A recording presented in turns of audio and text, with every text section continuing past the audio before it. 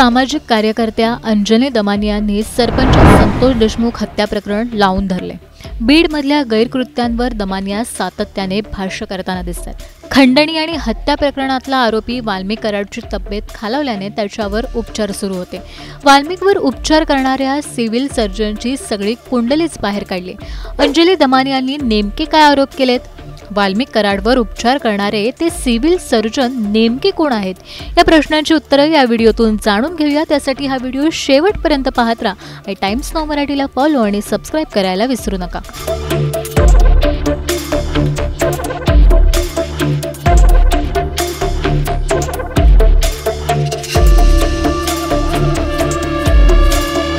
सामाजिक कार्यकर्त्या अंजली दमानी यांनी सुरुवातीपासूनच संतोष देशमुख हत्या प्रकरण लावून धरले। या प्रकरणातील आरोपी वाल्मिक कराडची प्रकृती खालावल्याने त्याच्यावर उपचार सुरू होते। या संदर्भातही दमानिया यांनी अनेक दावे केले होते। दमानिया यांनी वाल्मिकवर उपचार करणाऱ्या बीड जिल्हा रुग्णालयातील सिव्हिल सर्जनवर गंभीर आरोप केले। बीड जिल्हा रुग्णालय civil surgeon doctor Ashok Thorat यांची कुंडलीच दमानिया यांनी बाहेर काढली। वाल्मिकची प्रकृती बिघडल्यानंतर त्याला जिल्हा रुग्णालयात दाखल करण्यात आलं। यावरून वाल्मिकला VIP ट्रीटमेंट मिळत असल्याचा आरोप विरोधकांनी केला।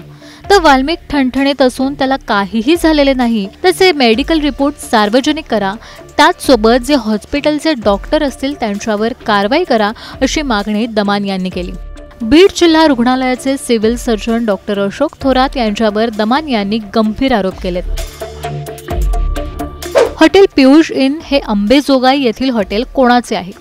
मला अशी माहिती मिळते की डॉक्टर अशोक थोरात यांचे आहे। हे बीड रुग्णालयात सिव्हिल सर्जन आहेत, याची चौकशी व्हायला हवी। त्यांच्याच खाली संतोष देशमुख यांचे शवविच्छेदन झाले। वाल्मिक कराड यांना 2दा रुग्णालयात आणण्यात आले। 11 रुग्णांना बाहेर काढून एका ठणठणीत गुन्हेगाराला ICU मध्ये ठेवण्यात आले।